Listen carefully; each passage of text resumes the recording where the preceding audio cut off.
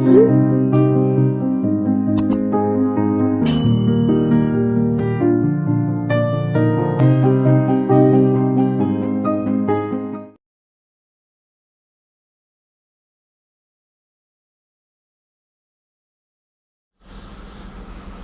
परमात्मा पूर्ण ब्रह्म सर्व ब्रह्मांडों के रचनहार कबीर साहब हैं, कबीर देव जी हैं। वो हम सभी आत्माओं के जनक हैं, वही हमारे पिता हैं। इसी परमेश्वर में वो सभी गुण हैं। त्वमेव माता च पिता त्वमेव, त्वमेव बंधु च सखा त्वमेव, त्वमेव विद्या च द्रविण त्वमेव, त्वमेव सर्व मम देव देव। ये सर्व देव देव यही परमात्मा है जो सभी भगवानों का भगवान है, सबका मालिक है। अब प्रथम बार कोई श्रद्धालु ये वचन सुनता है कि कबीर देव, कबीर साहब पूर्ण परमात्मा है, परम अक्षर ब्रह्म है, सभी ब्रह्मांडों के रचयिता हैं, तो ये बात, ये वचन कुनीन की तरह जीवा पर रखे नहीं जाते।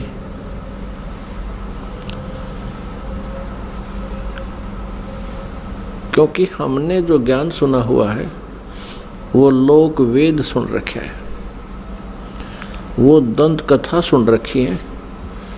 हमने अपने सदग्रंथों का ज्ञान नहीं प्राप्त हुआ हमारे को, क्योंकि हमारे जो गुरुदेव थे हिंदू धर्म के, जो आचार्य थे, गुरु थे,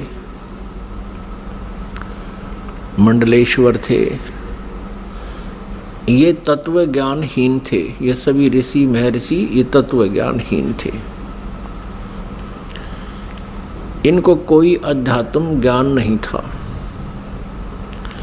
जिस कारण से हमने परमात्मा की पहचान नहीं हुई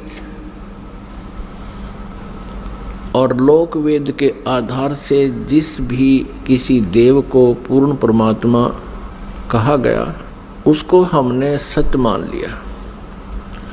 क्योंकि जो आचार्य होते थे, हिंदू धर्म के गुरु होते थे, वो संस्कृत भाषा के ज्ञाता होते थे और हमारे सभी सदग्रंथ संस्कृत भाषा के अंदर ही लिपिबद्ध हैं। अब बाद में अनुवाद कर दिया गया हिंदी में या अन्य किसी भी लैंग्वेज में, वो बाद की बातें हैं। प्रारंभ में अभी तक ये, प्रारंभ से लेकर अभी कुछ समय पहले तक ये सभी संस्कृत में विद्यमान थे और संस्कृत वाले तो अब भी एज इट इज हैं। अनुवादकर्ताओं ने अपनी अपनी भाषाओं में उनको ट्रांसलेट कर दिया है। अब जिस कारण से जनता जो थी, श्रद्धालु थे, वो उन गुरुओं पर, आचार्यों पर, मंडलेश्वरों पर विश्वास करते रहे कि ये संस्कृत के ज्ञाता हैं, संस्कृत बहुत अच्छी धारावाहिक बोल लेते हैं और सभी सदग्रंथ भी हमारे संस्कृत भाषा में लिखे हैं। जिस कारण से उस गुरु जी के विषय में कोई भी हमारे अंदर जो शंका उत्पन्न नहीं हुई, अविश्वास नहीं हुआ कि ये गलत कह रहा है। क्योंकि टीचर जो होता है वो विद्यार्थियों को जो भी ज्ञान देता है विद्यार्थियों के लिए स्वीकार्य होता है। अध्यापक से कुछ भी बोल रहा है तो बच्चे उसमें ऑब्जेक्शन नहीं करते, शिरोधार्य करते हैं। एक अध्यापक ने एक कोई प्रश्न का उत्तर इतिहास का बच्चों को पढ़ाया और उस लड़के का पिता भी एजुकेटेड था, लेकिन वो सर्विस नहीं कर रहा था, अपना अन्य व्यवसाय करता था। तो उस लड़के के पिता ने, फादर ने देखा कि जो बच्चे ने प्रश्न का उत्तर लिखा हुआ है वो गलत लिखा है। उसने अपने पुत्र से कहा कि बेटा तुमने ये गलत लिख रखा है। तो लड़के ने उत्तर दिया, नहीं पिताजी, हमारे गुरुदेव ने बोला है ये सही है। तो पिताजी ने कहा, नहीं बेटा इसको ठीक कर लो। तो लड़का बोला, नहीं पिताजी बिल्कुल नहीं करूँगा, ये हमारे गुरुजी ने बोला है, हमारे गुरुजी ने कहा है, हमारे अध्यापक ने कहा है। तो पुण्यात्माओं, आज वही सतिथि आ चुकी है। ये जितने भी आचार्य गुरु थे ये भाषा संस्कृत तो अवश्य जानते थे, लेकिन आध्यात्मिक ज्ञान से ये अपरिचित थे, जिस कारण से ये आज तक भी हमें हमारे सद्ग्रंथों के गूढ़ रहस्यों को नहीं बता पाए। और आज वही तथ्य जो हमारे पवित्र सद्ग्रंथों में विद्यमान हैं, जन साधारण के रूबरू ये दास करवा रहा है, उनको सार्वजनिक कर रहा है इन सीडी के माध्यम से, प्रोजेक्टर के माध्यम से और पुस्तकें बना करके। अब उन गुरुओं को, उन आचार्यों को समस्या उत्पन्न हो रही है जो अभी तक लोक वेद सुना रहे थे, दंत कथा सुना रहे थे। वो क्या कहते थे, कोई तो कहता था कि Shri Vishnu ji is complete God, ये विष्णु जी ही सर्व समर्थ भगवान हैं और यही 3 रूप धारण कर लेते हैं। ब्रह्मा जी के रूप में ये सृष्टि करते हैं, विष्णु जी के रूप में ये सतिथि करते हैं और शिव जी के रूप में ये संहार करते हैं। कोई कहता था कि भगवान शिव महेश हैं, महेश्वर हैं, देवों के भी देव हैं, यही सबके उत्पत्ति करता है और यही 3 रूप धारण करके इस ब्रह्मांड का संचालन कर रहे हैं। यही अखिल ब्रह्मांड के नायक हैं, मालिक हैं। ब्रह्मा जी का रूप धारण करके ये सृष्टि करते हैं, विष्णु जी का रूप धारण करके ही ये सतिथि करते हैं और स्वयं शिव रूप में ये सबका संहार करते हैं। इनके कोई माता पिता नहीं है। तो ये लोक वेद था, ये दंत कथा थी। हम इनको सर्वेश्वर महेश्वर कहा करते थे। पुण्यात्माओं, जिस मार्ग पर हम चलते हैं, हम अपना सफ़र तय करने के लिए उद्धत होते हैं, तो उसकी जानकारी हमें थोरोली होनी चाहिए, कंप्लीट होनी चाहिए, फिर उस पर चलने का लाभ है। और यदि हम जाना चाहते हैं हिसार से दिल्ली और हम चल पड़े हिसार से सरसा की ओर, तो हमारा चलना व्यर्थ है। चाहे हम कितनी स्पीड से जा रहे हैं, कितनी गाड़ी को दौड़ा रहे हैं, वो व्यर्थ है। और किसी कारण से आप हिसार से और सिरसा जा रहे हो और रास्ते में कोई इत्तेफाक से कोई व्यक्ति मिल जाता है, पूछ लेता है कहाँ जा रहे हो जेंटलमैन,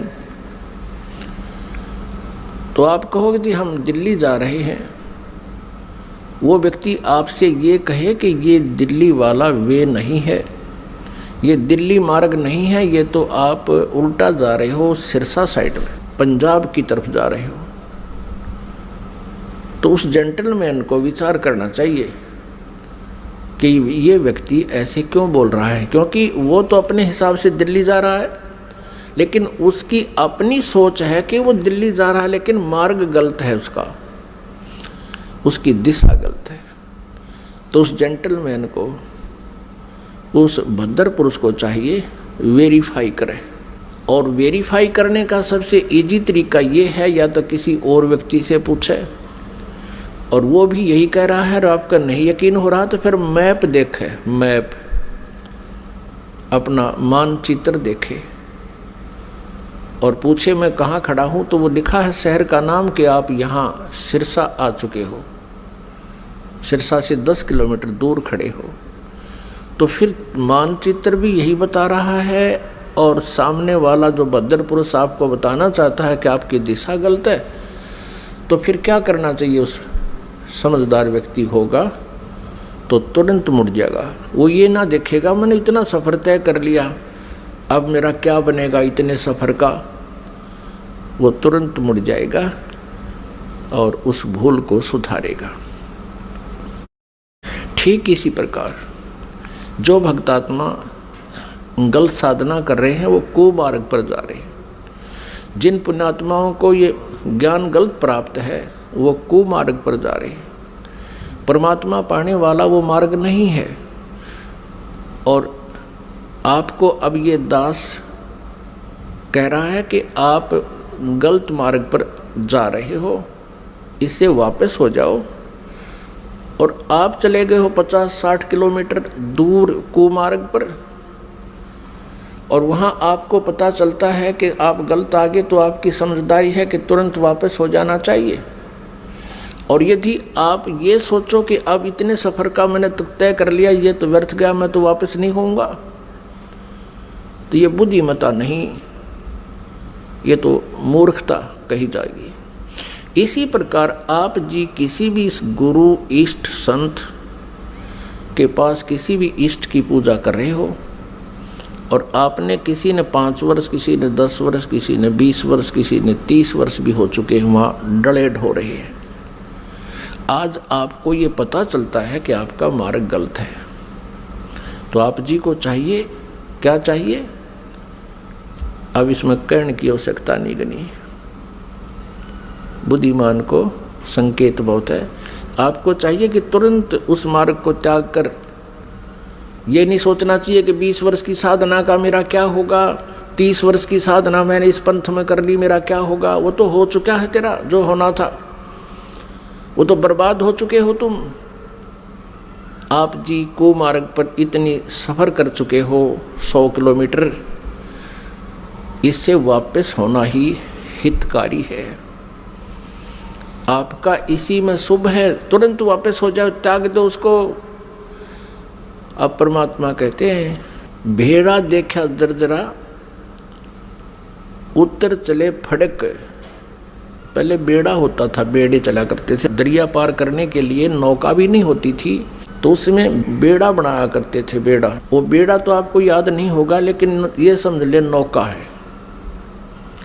जिस नौका में आप बैठे हो उस नौका में पानी भर रहा है, उसमें उसका नीचे का बेड जो है वो डैमेज हो चुका है, और साथ में दूसरे वाला बिल्कुल जो है सही नौका साथ में आ जाता है, और आपको पता चल जाता है कि ये तो डूबोगे तुम इस नौका में जिसमें बैठे हो, पानी भर रहा है इसके अंदर। तो कहते हैं परमात्मा कहते हैं बेड़ा देखा जर्जरा और उत्तर चले फड़के। डूबे थे पर उबरे। कबीर परमेश्वर जी हमें बताना चाहते हैं कि जो बुद्धिमान होंगे वो ऐसा करेंगे। डूबे थे पर उबरे, गुरु के ज्ञान चमक, और भेड़ा देखा जर्जरा उत्तर चले फड़क। कहते हम तो डूबे थे, 84 लाख योनियों में चले जाते।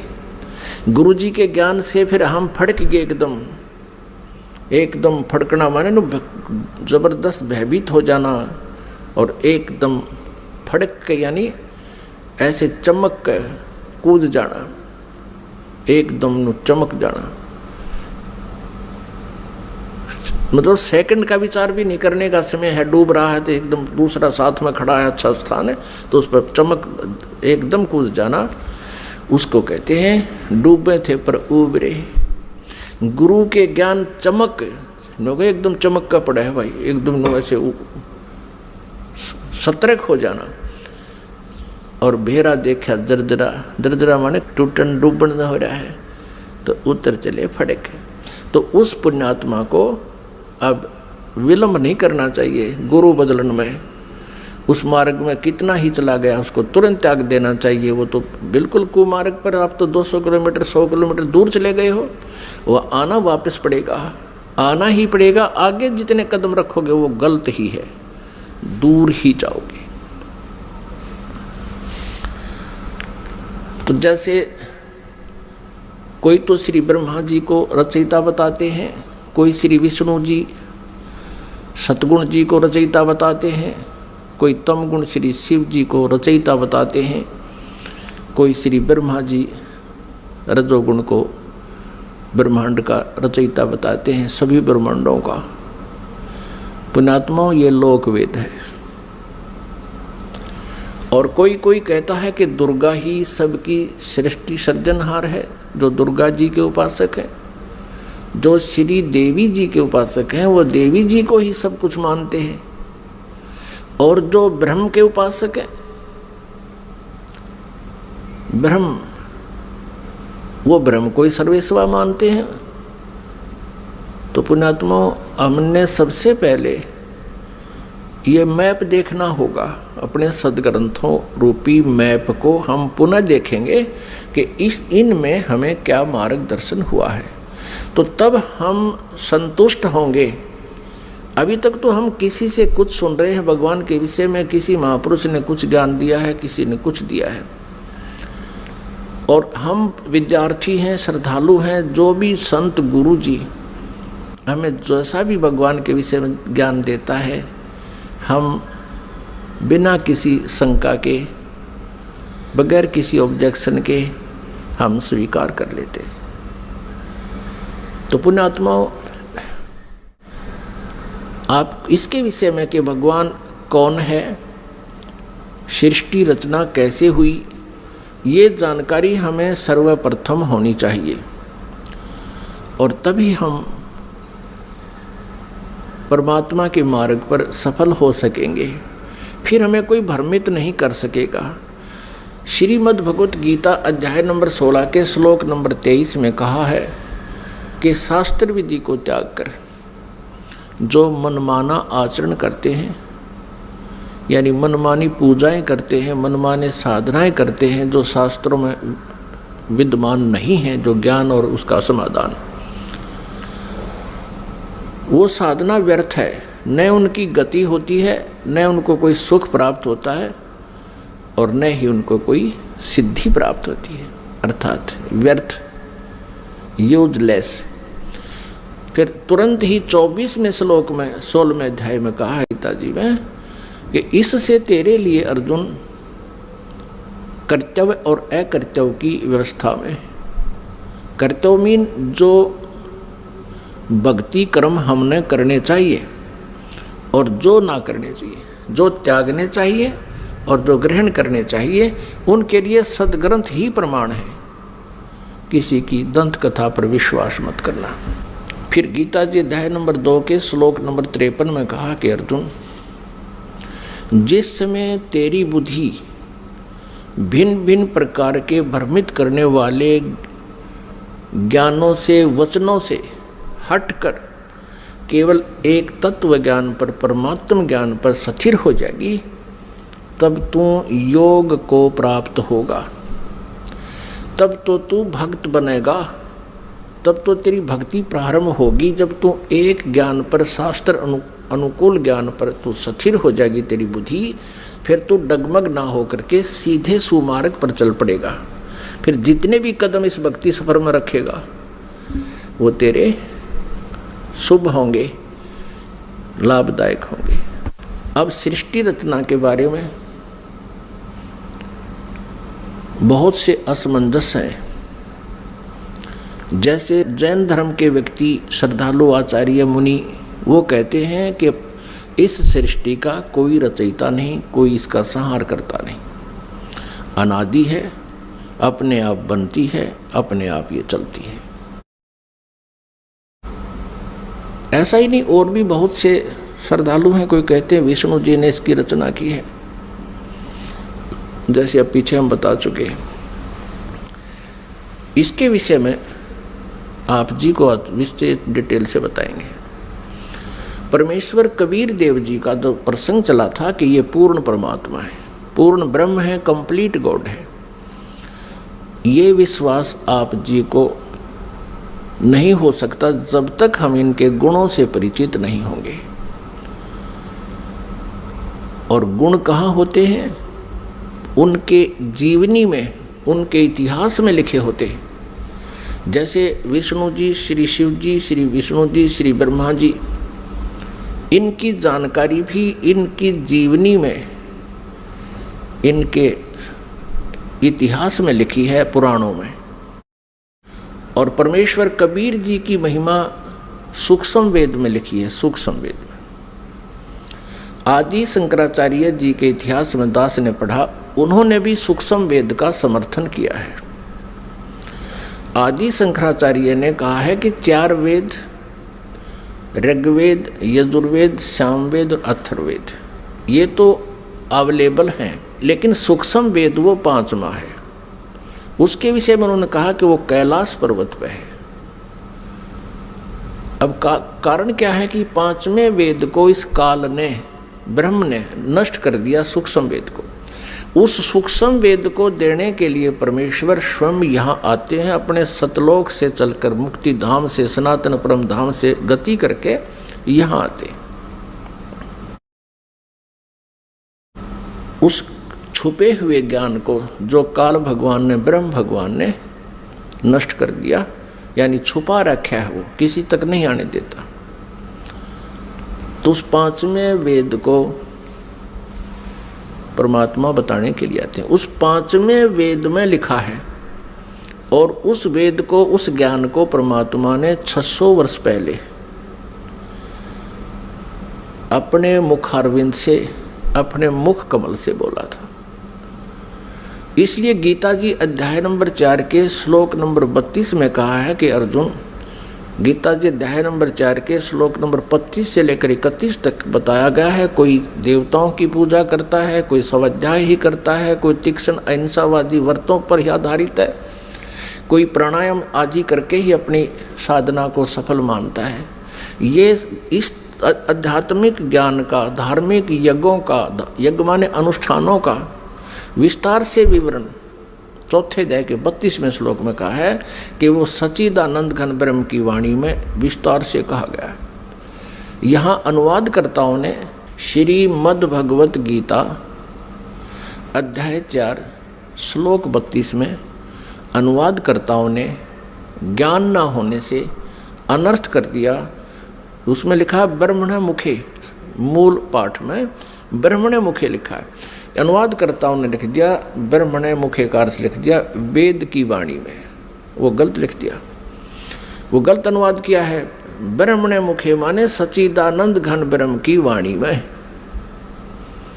जो अपने मुख से, मुखे माने अपने मुख से मालिक ने जो बोली है, उस मुख से बोली हुई वाणी में विस्तार से कहे गए हैं, और वो है कबीर वाणी।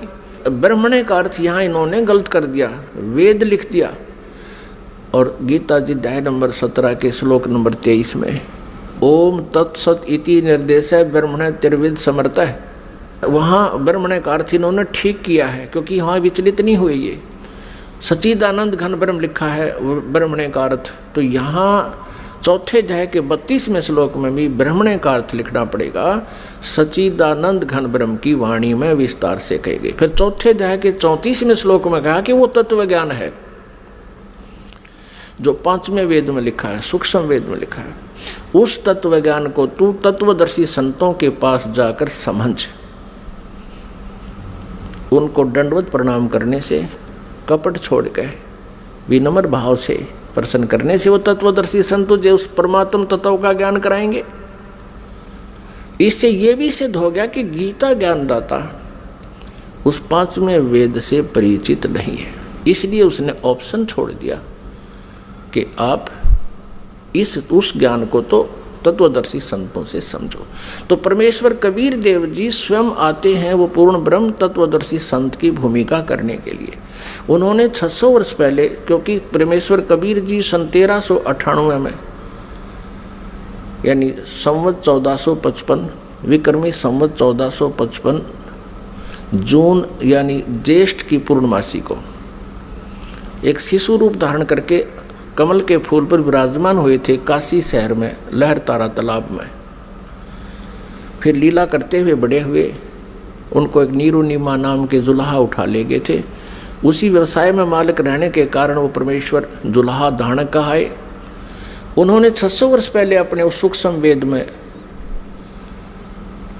लिखा है,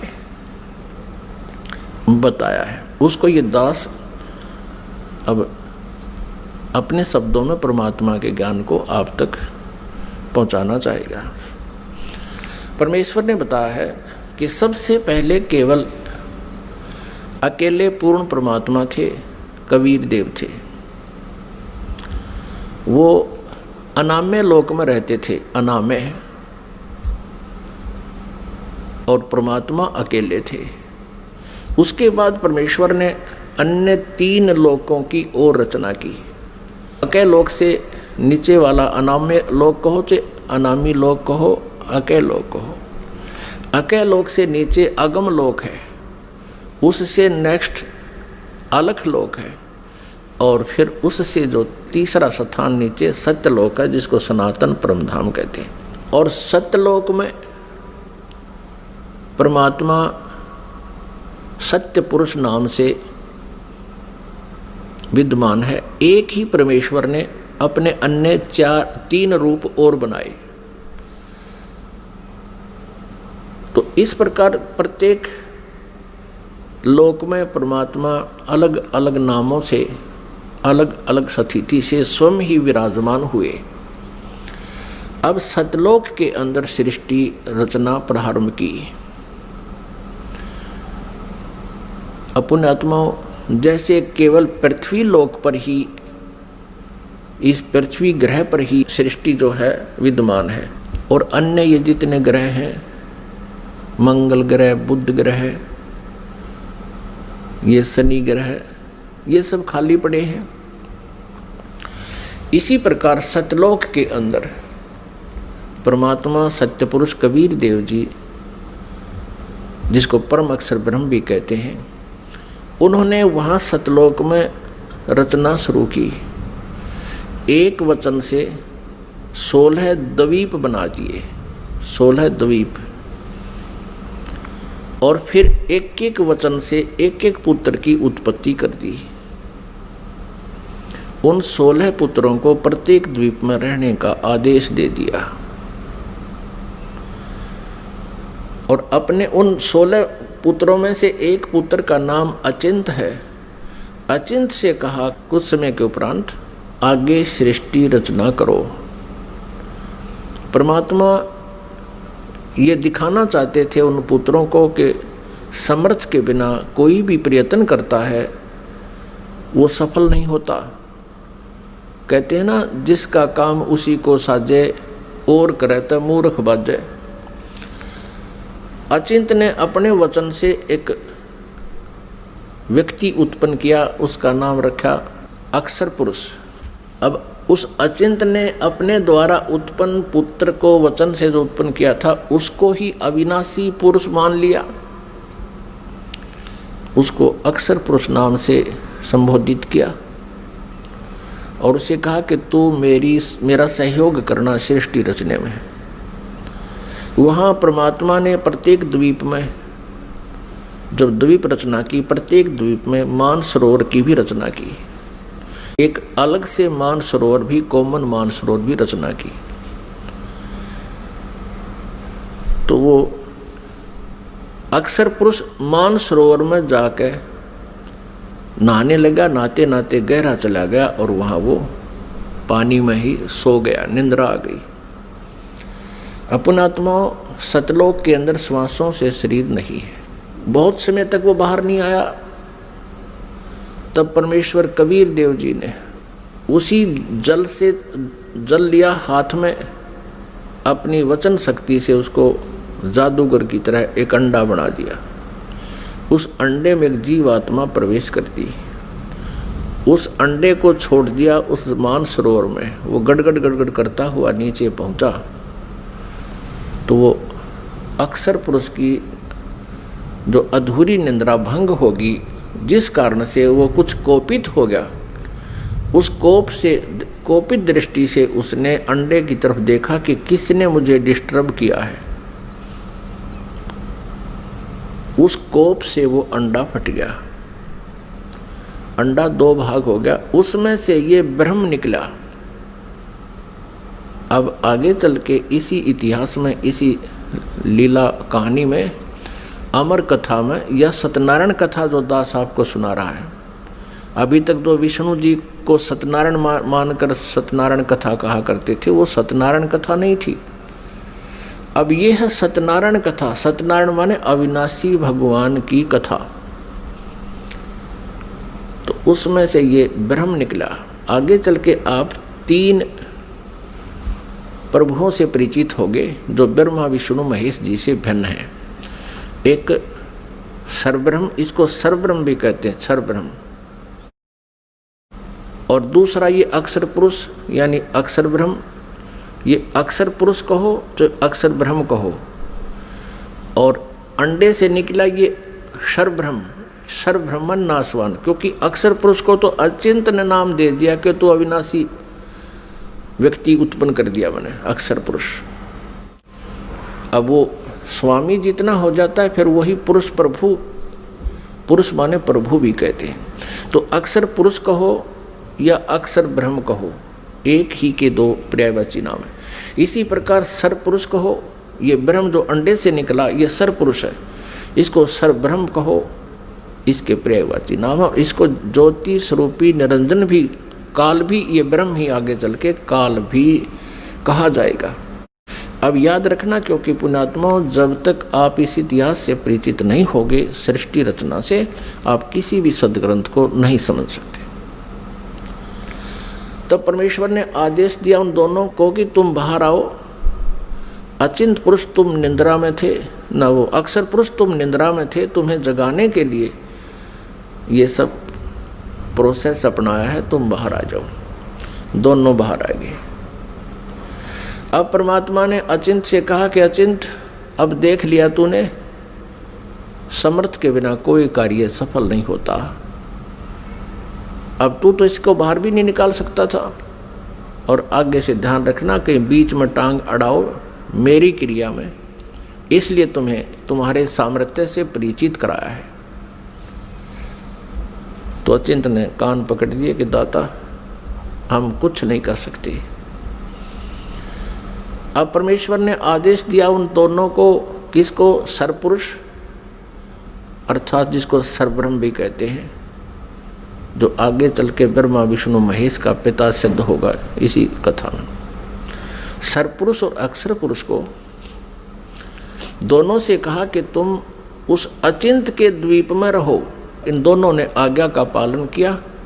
और तीनों कौन? अचिंत, अक्षर पुरुष और सरपुरुष, जिसको सर्वब्रह्म भी कहते हैं। और यहाँ हम सीधी भाषा में उसको ब्रह्म भी कहने लगे। आगे डिफाइन करेंगे ब्रह्म क्यों कहने लगे।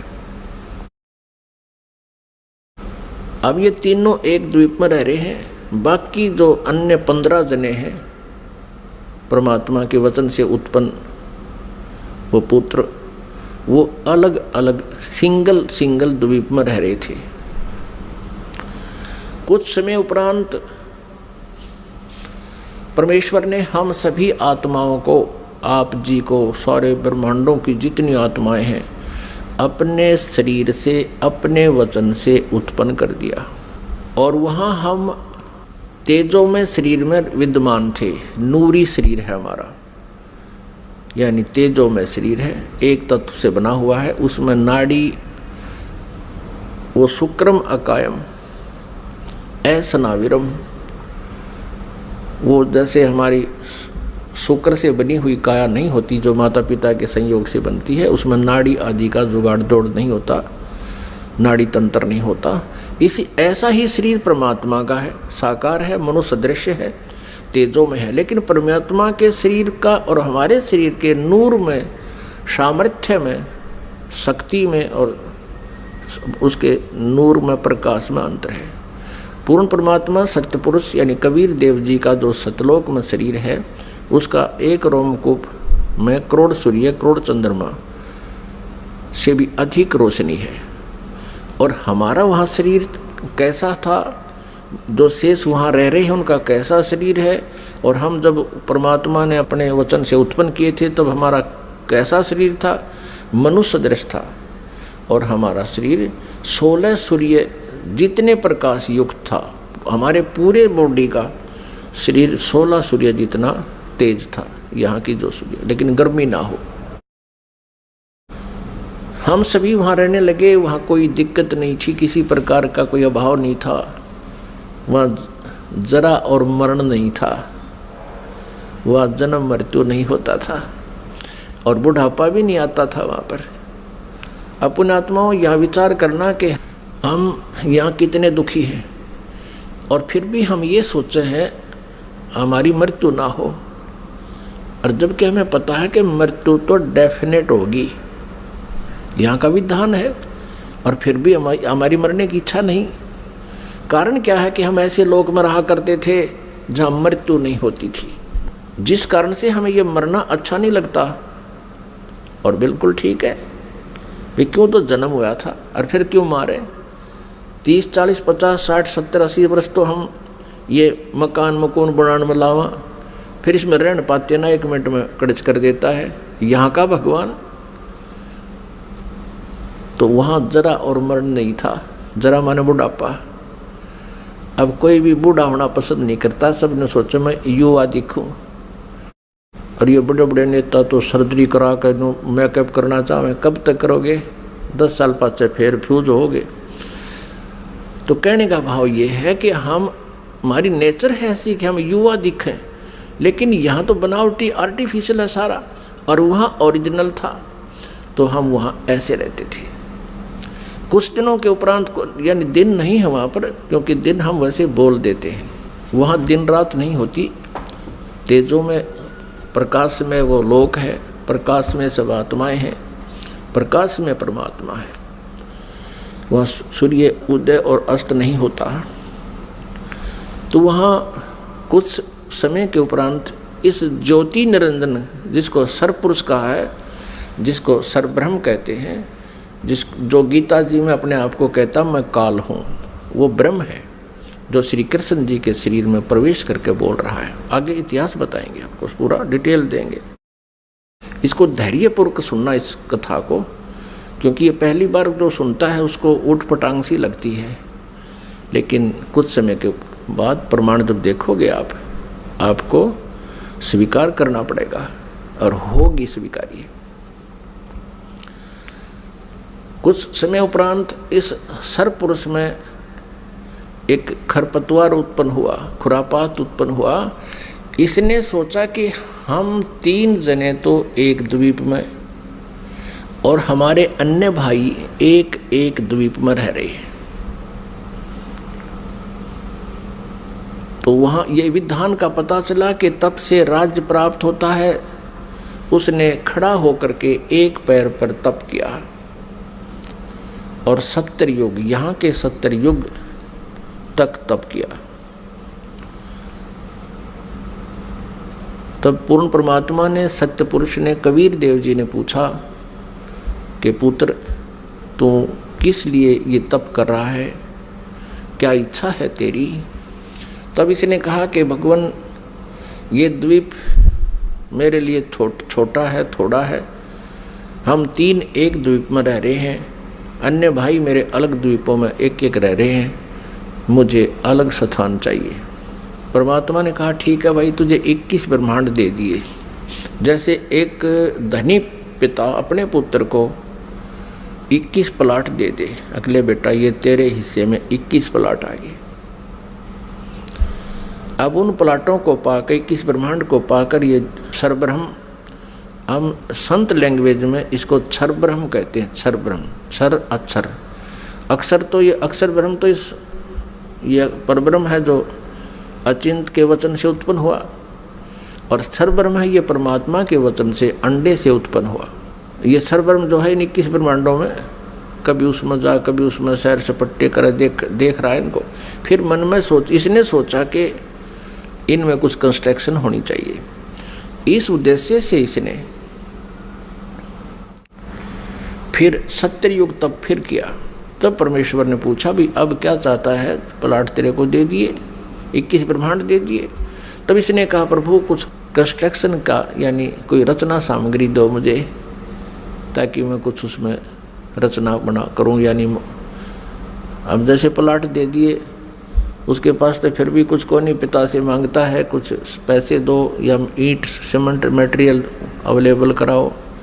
तो परमेश्वर कबीर देव जी ने इस सर पुरुष को, क्षर ब्रह्म को 5 तत्व और 3 गुण दे दिए। अगले बेटा बना खिलौने रखे दिन से, इनको पाके बड़ा प्रसन्न हुआ। फिर इसने सोचा कि मैं इसमें कंस्ट्रक्शन भी कर लूँगा, तो फिर अकेला कैसे दिल लगेगा मेरा। इसने सोचा कि कुछ आत्माएं भी मैं प्राप्त करूं भगवान से। इस क्षर ब्रह्म ने, इस काल भगवान ने फिर तप फिर प्रारंभ किया, एक पैर पे खड़ा हो गया। तो उधर से हम यहाँ इसके जाल में कैसे फंस गए, ये एक बहुत विशेष विचारणीय समय जो है ना बात है पुण्यात्माओं, एक विशेष विचारणीय विषय है कि हम क्यों फंसे। फिर चल इसने तो ऐसा कर लिया, प्राप्त हुआ अलग से, हम इसके साथ कैसे, हम जो फंसे हुए हैं ये इसके साथ फंसे हुए हैं, इस ब्रह्म के क्षर ब्रह्म के साथ हम यहाँ आ गए, जिस कारण से हम यहाँ दुख पा रहे हैं। अपने पिता को छोड़ आए जहाँ कोई अभाव नहीं था, कोई जन्म मृत्यु नहीं थी। तो हम कैसे फंसे कि हम वहाँ देख रहे थे इसके तप को, और जब ये खड़ा होकर तप कर रहा था, एक पैर पे खड़ा होकर, हम सभी इस पर आसक्त हो गए, इतने आसक्त हो गए। ओहो हो, देख कितने दिन से एक पैर पे खड़ा है, कभी इस पैर को कर लेता है, कभी उस पैर पे खड़ा हो जाता है, और ऐसे करके खड़ा है कभी। तो हम इसकी इन अदाओं से इतने प्रभावित हो गए, हम अपने भगवान से भी दिल हटा बैठे। जो हमें सर्व सुख दे रहा था, सब सुविधाएं उपलब्ध करा रहा था, हम उससे हटकर इसके ऊपर आसक्त हो गए। तो पुण्यात्माओं, यही बीमारी, यही स्वभाव आप और हम सभी को वहाँ से लगी थी। जैसे यहाँ के हीरो और हीरोइन, अभिनेता अभिनेत्री अपने पेट के लिए, रोजी रोटी के लिए एक्टिंग करते हैं, अदाएं करते हैं, उछल कूद करते हैं, और ये युवा वर्ग बच्चे उनको देखकर इतने आसक्त हो जाते हैं, पूछो मत।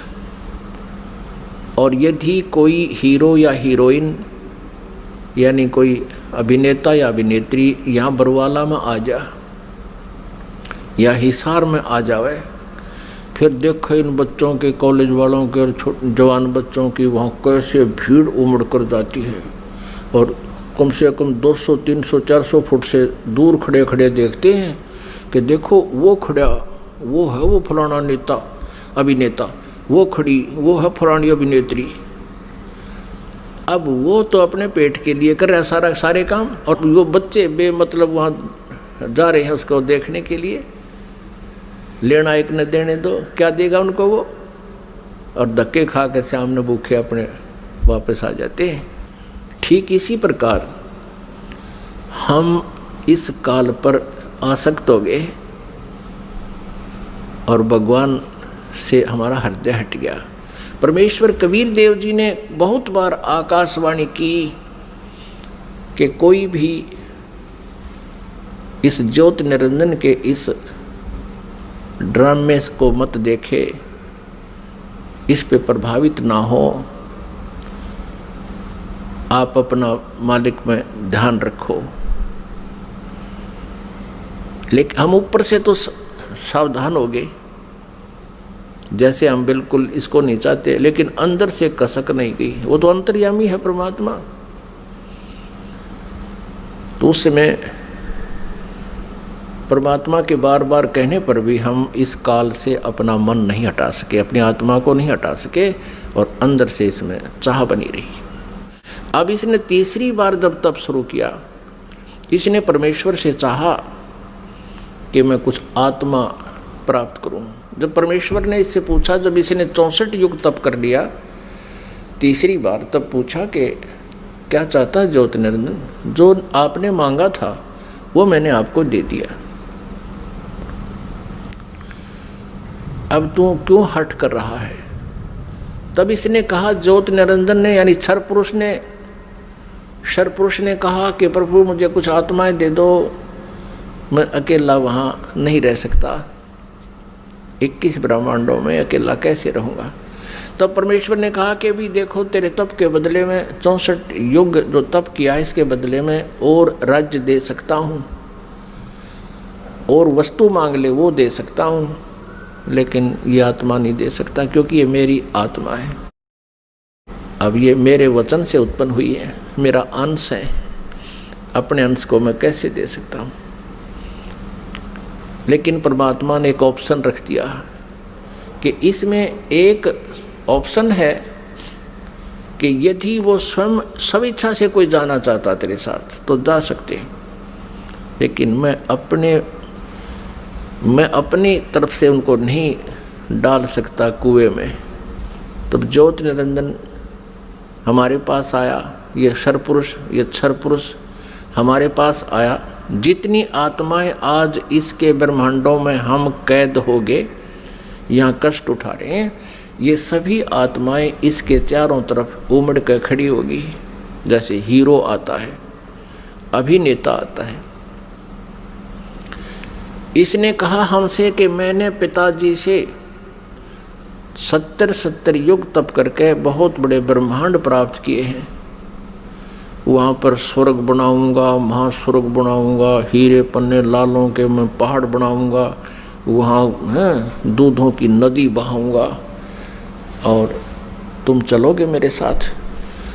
अब हम तो पहले ही उसको चाह रहे थे, चाहे वो कुछ भी ना बनाता, उसको चाह रहे थे, उसके ऊपर आसक्त हो चुके थे। तो सभी ने कहा कि हम तैयार हैं आपके साथ चलने को, लेकिन यदि पिताजी आज्ञा दे देंगे तो हम जा सकेंगे। इस क्षर पुरुष ने परमेश्वर कबीर देव जी से, पूर्ण ब्रह्म से, परम अक्षर ब्रह्म से प्रार्थना की। आकर के वापस प्रभु के पास जाकर के करबद्ध खड़ा होकर के कहा कि परमेश्वर, कुछ आत्माएं मेरे साथ जाने को सहमत है। परमात्मा ने कहा, परमेश्वर कबीर देव जी ने कहा कि मेरे सामने हाँ भरवा दे, तब मैं मानूं, तब भेज दूंगा। अब परमेश्वर आए, कबीर देव जी हमारे पास, साथ में ज्योति निरंजन भी आया। परमेश्वर कबीर देव जी ने, परम अक्षर ब्रह्म ने पूछा कि आत्माओं जो ज्योति निरंजन के साथ यानी क्षर पुरुष के साथ जाना चाहते हैं, वो हाथ खड़ा करके स्वीकृति दें। अब अपने पिता के सामने हिम्मत नहीं पड़ी किसी भी आत्मा की इतना ढीठपना करें, सबने नीची गर्दन कर दी। तब परमेश्वर ने कहा कि अरे ज्योति निरंजन, अरे क्षर पुरुष, आप तो कह रहे थे कुछ आत्माएं तैयार हैं, ये तो कोई भी नहीं बोल रहा, सन्नाटा छा गया। तब एक आत्मा सबसे पहले खड़ा हुआ। उसने सोचा कहीं हम रह जावा यहीं पर। उसने खड़ा होकर कहा कि पिताजी, हाँ, उसने हाथ खड़ा किया कि पिताजी मैं जाना चाहता हूँ। फिर तो हम जैसे सारे सोचा करते हम पीछे रह जाएं, हमने भी सब न कर दिया, ऐसे सब ने हाथ खड़े कर दिए। जितने भी खरबों अनगिन यहाँ पर आए हुए हैं, अकाउंटिंग नहीं कर सकते, इतने जीव आगे इसके अलावा से। परमात्मा के पास तो सब अकाउंटिंग है, सब उनकी डिटेल है, लेकिन हम नहीं कर सकते जीव संज्ञा। जितने भी 21 ब्रह्मांड में प्राणी हैं, ये सब सतलोक से आए हैं, चाहे चींटी है, चाहे हाथी है, रंक है या राजा है, किसी भी पशु पक्षी की योनि वो जीव जंतु की भोग रहा है। तब परमेश्वर ने कहा भी ठीक है ज्योति निरंजन, जिन जिन ने तेरे साथ आने का हृदय से चाह की है, सब इच्छा से तेरे साथ जाना चाहते हैं, उनके सब के नंबर नोट मैंने कर लिए, वो मेरे पास है। आप जाओ अपने ब्रह्मांडों में, क्योंकि ये ब्रह्मांड पहले वहीं थे सतलोक के एक लास्ट कोने में, बिल्कुल एकांत स्थान पर। सतलोक में, और हम रह रहे थे उस मेन सतलोक में। जैसे एक तो बाहरी विलेज हो दिल्ली क्षेत्र के, दिल्ली राज्य के, एक शहरों का स्थान, बीच में मध्य स्थान हो, हम वहाँ रह रहे थे। और इस काल के थे बाहरी दिल्ली, समझ लो वहाँ 21 ब्रह्मांड थे। ये निरंजन चला गया वहाँ पर अपने ब्रह्मांडों में, ये क्षर पुरुष, इसको ज्योत निरंजन भी कहते हैं, इस काल, इसको काल भी कहते हैं। आगे चल के ये इसकी कई नाम रखे जाएंगे इसी कहानी में। तो उधर से परमात्मा ने क्या किया, जिस आत्मा ने सर्वप्रथम हाथ खड़ा कराया था, स्वीकृति दी थी क्षर पुरुष के साथ जाने की, परमेश्वर ने उसका एक युवा स्त्री रूप बना दिया, लेकिन उसको प्रजनन इंद्रिय नहीं लगाई। और सभी आत्माएं जो उसके साथ आना चाहती थी, सब इच्छा से स्वीकृति दी थी, उन सब को बीज रूप बनाया अपने वचन से, और दुर्गा के अंदर प्रवेश कर दिया। जैसे आजकल तो इस मार्ग को समझना बहुत आसान है। ये डॉक्टर लोग क्या करते हैं, जैसे बताते हैं कि एक ग्राम ब्लड में बिरानी कितने 80 लाख, बिरानी 50 लाख जीवाणु तो एक टाइप के होते हैं, अन्य और टाइप के, और उस ब्लड को दूसरे में डाल दिया जाता है, या तो वो और बढ़ जाते हैं, दूसरे में डाले जा सकते हैं ऐसे जीवाणु भी। तो ऐसे ये व्यवस्था समझो, परमात्मा ने इस लड़की जो युवा बनाई थी उसका नाम रख दिया प्रकृति देवी। उसको माया भी बोलते हैं, आदि माया। प्रकृति देवी कहो, आदि माया कहो। आगे चल के यही अष्टंगी कहलाई और यही दुर्गा कहलाई। अब इसको श्री दुर्गा कहें। श्री दुर्गा जी के शरीर में प्रवेश कर दिया सभी आत्माओं को, और कहा बेटी मैंने तेरे को आशीर्वाद दे दिया है। परमेश्वर ने कहा कि बेटी मैंने तेरे को आशीर्वाद दे दिया है, और सभी आत्माएं तेरे अंदर प्रवेश कर दी हैं, और आप वहाँ जाइए ज्योत निरंजन के पास, और जितने भी वो जीव कहे अपने वचन से उत्पन्न कर दिए, नर और मादा ये कहकर, उतने ही वो सामने प्रकट हो जाएंगे। और परमेश्वर ने अपने पुत्र सहज दास को, जो उन 16 पुत्रों में से जो सर्वप्रथम उत्पन्न किए थे उनमें से एक था, सहजदास से कहा कि पुत्र अपनी बहन को साथ ले जाओ और इस ज्योत निरंजन के पास छोड़ आओ, क्षर पुरुष के पास छोड़ आओ। इसको क्षर पुरुष भी कहते हैं, ज्योत निरंजन भी कहते हैं। यही आगे चल के गीता में जो कहता मैं काल हूँ, ये वो काल है, वहाँ छोड़ आओ। क्षर पुरुष को बता देना कि परमात्मा ने, यानी मेरी तरफ से कह देना कि इसके शरीर में सभी आत्माओं को प्रवेश कर दिया है, और इसको वचन दे दिया है, आशीर्वाद दे दिया है, इसको शक्ति दे दी है, इसको वरदान दे दिया है कि जितने जीव तू चाहेगा, नर और मादा, ये लड़की प्रकृति देवी ये उत्पन्न कर देगी। सहजदास पिताजी के आदेश को शिरोधार्य करके अपनी बहन श्री दुर्गा को साथ लेकर ज्योत निरंजन के पास आ गया, यानी क्षर पुरुष के द्वीप में चला गया उस लोक 21 ब्रह्मांडों में। उससे कहा कि ये बहन है, और इस बहन के शरीर में परमात्मा ने सभी आत्माओं को प्रवेश कर दिया है। अब सहजदास ने क्षर पुरुष से कहा कि पिताजी ने ये बहन भेजी है दुर्गा, इस श्री देवी के शरीर में वो सभी आत्माएं प्रवेश कर दी हैं, और इसको परमेश्वर कबीर देव जी ने वरदान दे दिया है कि जितने जीव तू चाहेगा ये वचन से उत्पन्न कर देगी। ऐसा कहकर के वो सहजदास उस लड़की को वहाँ छोड़कर वापस आ गया। अब सहजदास के आ जाने के उपरांत वहाँ पर प्रकृति देवी और ये ज्योत निरंजन अर्थात क्षर पुरुष ये दोनों रह गए।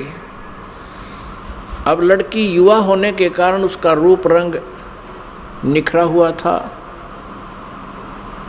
अब ज्योत निरंजन यानी क्षर पुरुष के मन में दोष उत्पन्न हो गया। अकेली युवा लड़की को देखकर उसने उस लड़की के साथ, दुर्गा के साथ, श्री देवी के साथ दुर्व्यवहार करना चाहा। तो प्रकृति देवी ने बार बार कहा कि ज्योत निरंजन तू ऐसा कर्म ना कर, मैं आपकी बहन हूँ, आप मेरे बड़े भाई हो। आपकी उत्पत्ति परमेश्वर कबीर देव जी से, सतपुरुष से, अंडे से हुई, उसके बाद हमारी भी उत्पत्ति उसी परमेश्वर ने की। आप मेरे बड़े भाई हो, मैं आपकी छोटी बहन हूँ, आप मेरे साथ ये जुल्म ना करो। बहुत विनय करी, लेकिन इस क्षर पुरुष में इतना काम वासना बढ़ गई, इतना रजोगुण प्रभावित हो गया कि इसने एक नहीं सुनी, ना कोई मान मर्यादा रखी और लड़की के साथ इसने बलात्कार करने की चेष्टा की। अभद्र तरीके से मुंह खोल रखा था। दुर्गा ने यानी प्रकृति देवी ने सूक्ष्म रूप बनाया, इसके मुंह में, पेट में शरण ग्रहण की। वैसे तो कहीं भागे जान नहीं दे सकता था, पता था उसको। अपनी इज्जत रक्षा के लिए, अपने कौमार्य की रक्षा करने के लिए इसने पेट में शरण चली गई। उधर से आवाज़ लगाई कि हे परमात्मा मेरी रक्षा करो, मुझे बचाओ, मेरे पिताजी मुझे बचाओ। परमात्मा को पता था कि इनके साथ ऐसा होगा, क्योंकि हम परमात्मा परमेश्वर जी के बार बार मना करने पर भी हम इससे अपना मन नहीं हटा सके थे। परमेश्वर ने स्वयं अपने पुत्र जोगजीत का रूप धारण किया और वहां प्रकट हो गए। लड़की को, दुर्गा को उसके पेट से निकाला, शरीर से बाहर निकाला और कहा कि ज्योत निरंजन सुन ले आदेश परम पिता का, तूने इस अच्छे लोक में ऐसा जुल्म किया है, तू पहला व्यक्ति है। तूने यह बदनीयत की है इस लड़की के ऊपर आज, और तूने इसको अपने पेट में निगल लिया है, और तेरी जो क्रिया है यह भी एक बहुत अभद्र पुरुष की है, इसलिए तेरा नाम आज से काल होगा। तू काल नाम से जाना जाएगा और 1 लाख मानव शरीरधारी प्राणियों का नित आहार किया करेगा और 1.25 लाख उत्पन्न करेगा, यानी 25% एक्स्ट्रा तो उत्पन्न किया करेगा। और आज से तुझे यहाँ से देश निकाला दे दिया है परमपिता परमेश्वर ने, सतलोक से निकाल दिया तुम्हारे को 21 ब्रह्मांड समेत दोनों भाग, यहाँ से निकल जाओ तुम। इतना ही कहा था, उसी समय ये 21 ब्रह्मांड वहाँ से ऐसे चल पड़े जैसे विमान स्पीड पकड़ लेता है। और इस प्रकृति देवी से, दुर्गा से परमात्मा ने कहा कि बेटी तुमने अपने पैर पे आप कवाड़ा मारा है, अब तुम सब इच्छा से इसके साथ जा रहे हो और पिताजी के दिल से तुम उतर गई, क्योंकि वहाँ परमात्मा अपना रूप बदले हुए खड़े थे। अब तुम यहाँ नहीं रह सकते। 21 ब्रह्मांड सतलोक से चले और सत्यलोक से, बाहरी अक्षेत्र से, सीमा से 16 शंख कोश, जैसे अरब खरब हैं, नील पद्म 10 पद्म, फिर शंख 10 शंख, ऐसे 16 शंख कोश। एक कोश लगभग 3 किलोमीटर का होता है, 48 शंख किलोमीटर समझो। ये 21 ब्रह्मांड आगे। अब ज्योत निरंजन ने सोचा कि जो मेरे साथ होना था वो तो हो चुका है और मैं यहाँ का फुल फ्लैज हो गया, इंडिपेंडेंट हूँ, अब अपनी मर्जी चलाऊंगा। इसने फिर से उस दुर्गा के साथ दुर्व्यवहार शुरू किया, श्री देवी के साथ। श्री देवी ने, दुर्गा ने फिर कहा कि ज्योत निरंजन यानी क्षर पुरुष, तू आँख खोल ले, देखो परमात्मा ने मुझे शक्ति दी है, वर्ड पावर दी है, शब्द शक्ति दी है। मैं वचन से जितने जीव तू कहेगा मैं उत्पन्न कर दूंगी तेरे यहाँ संसार के लिए। तू ये मैथुन सृष्टि प्रारंभ मत कर। लेकिन ये नहीं माना। दुर्गा ने फिर यातना की कि देख, पहले तो तू मेरा बड़ा भाई, मैं तेरी छोटी बहन, और दूसरे मैं तेरे पेट से निकलकर तेरे शरीर से बाहर आई हूं, मैं तेरी पुत्री होगी। तू किसी नाते की तो लाज रख ले। लेकिन इस ज्योत निरंजन क्षर पुरुष ने उसकी एक नहीं सुनी। तो उसमें परमात्मा ने इस लड़की को प्रजनन इंद्रिय नहीं लगाई थी। फिर इस काल ने, ज्योत निरंजन ने, ये तप से सिद्धियां भी आ जाती हैं, अपनी सिद्धि शक्ति से प्रजनन इंद्रिय बनाई। दुर्गा से बाई फोर्स विवाह किया और फिर इन 3 पुत्रों की उत्पत्ति हुई। रजगुण युक्त ब्रह्मा जी, सतगुण युक्त विष्णु जी, तमगुण युक्त शिव जी।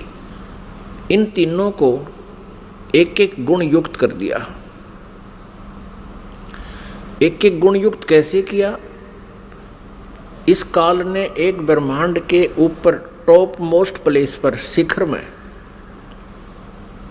एक गुप्त स्थान बना रखा है। उस गुप्त स्थान में दुर्गा और इस काल के अतिरिक्त कोई नहीं जा सकता।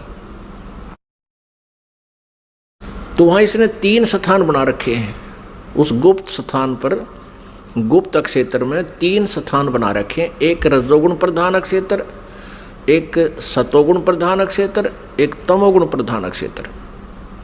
जैसे किसी मकान में 3 कमरे हों, 3 कक्ष, एक कक्ष में अश्लील चित्र लगे हों और दूसरे में साधु संत फकीरों के, महापुरुषों के चित्र लगे हों और तीसरे में सूरवीरों के, शहीदों के चित्र लगे हों। जिसमें व्यक्ति उन अश्लील चित्र लगे हुए कक्ष में प्रवेश करेगा तो वहां जाकर उसका स्वभाव वैसा ही बन जाएगा, बट नेचुरल है। और फिर वो जाएगा उस जहाँ साधु संत फकीरों के चित्र लगे हैं, उसमें जाता है तो उसका एकदम विचार भाव बहुत ही विनम्र हो जाता है और भाव बदल जाते हैं। ऐसे ही जब वो जिस कक्ष में सूरवीरों के, शहीदों के चित्र लगे हैं तो वहाँ जाते ही उसका अपने आप मनोबल उसी प्रकार का हो जाता है, स्वभाव बन जाता है। तो ठीक इसी प्रकार इन तीनों पुत्रों को, रजगुण युक्त ब्रह्मा जी को जो कैसे बनाया कि दुर्गा को अपनी पत्नी रूप में, इस श्री देवी को पत्नी रूप में रखा। जब ये रजोगुण प्रधान क्षेत्र में निवास करने लगे तो उस समय इस क्षर पुरुष ने, ज्योति निरंजन ने अपने 5 मुख बना लिए और वहां रहने लगे। इन दोनों के संयोग से जो पुत्र उत्पन्न हुआ वो पंचमुखी हो गया। और जब तक वो रजोगुण प्रधान क्षेत्र में रहे, इन दोनों का मनोभाव ऐसा ही बना रहा, जिस कारण से वो सभी गुण ब्रह्मा जी में प्रवेश कर गए। और फिर बचपन से ही ब्रह्मा जी को इन्होंने कोमा में कर दिया, परवरिश जारी रखी। जैसे देखा है, एक बता रहा था जी 10 वर्ष से एक लड़का कोमा में है, एक व्यक्ति का कोमा में, एक पाइप के द्वारा उसमें आहार पेट में भेज देते हैं। तो ऐसे रखते हैं, ये कोमा में रखते हैं, युवा होने पर इनको सचेत कर देते हैं। अब दूसरे क्षेत्र जो सतोगुण प्रधान क्षेत्र है उसमें ये काल विष्णु रूप बना लेता है, ये क्षर पुरुष, और अपनी पत्नी दुर्गा को वहाँ रखता है महालक्ष्मी रूप बना के। इन दोनों के संयोग से सतोगुण प्रधान क्षेत्र में जो पुत्र उत्पन्न होता है वो वैसा ही सतोगुण युक्त हो जाता है। और फिर विष्णु जी को भी ऐसे ही ये कोमा में रखते हैं, युवा होने पर इसको भी सचेत कर देते हैं। फिर ये तीसरे तमोगुण प्रधान क्षेत्र में चले जाते हैं। कौन? ये क्षर पुरुष और दुर्गा। अब श्री देवी का वहाँ रूप पार्वती जैसा बना लेते हैं और स्वयं ये शिव रूप बना लेता है। जैसे शिव जी का आप रूप देखते हो ऐसा ही तो शिव रूप बना लेता है। और उस तमोगुण प्रधान क्षेत्र में रहते हैं वहाँ इनके संयोग से जो पुत्र उत्पन्न होता है वो ऑटोमेटिकली तमगुण युक्त हो जाता है। और जब वो पुत्र बड़ा होता है उससे पहले उसको कोमा में रखते हैं, उसी तरह युवा होने पर उनको सचेत कर देते हैं। जब ये युवा हो जाते हैं तीनों को इकट्ठा कर देते हैं। इकट्ठा करके फिर ये काल क्या कहता है, जब ये तीनों पुत्र युवा हो गए और कार्य करने योग्य हो गए, सृष्टि की स्थिति ये संभालने योग्य हो गए, तब इस काल ने क्षर ब्रह्म ने क्षर पुरुष ने कहा अपनी पत्नी दुर्गा से कि आज के बाद मैं किसी के समक्ष अपने ओरिजिनल वास्तविक रूप में नहीं आऊँगा, ये मेरी प्रतिज्ञा है। और आप जाओ नीचे इन लोकों में 21 ब्रह्मांडों में और संभालो सारी सृष्टि को। अब दुर्गा ने कहा कि ज्योति निरंजन मैं तेरे बस पड़ गई हूँ, अपने पैर पे मैंने आपको कुल्हाड़ा मार रखा है, कुल्हाड़ी मार ली, अब तू जैसे नाच नचाएगा मुझे नाचना पड़ेगा। एक बात बता, मैं स्त्री अकेली कैसे इतने लंबे चौड़े ब्रह्मांड को चलाऊंगी, आप मेरे साथ रहोगे तो मुझे सहयोग मिलेगा।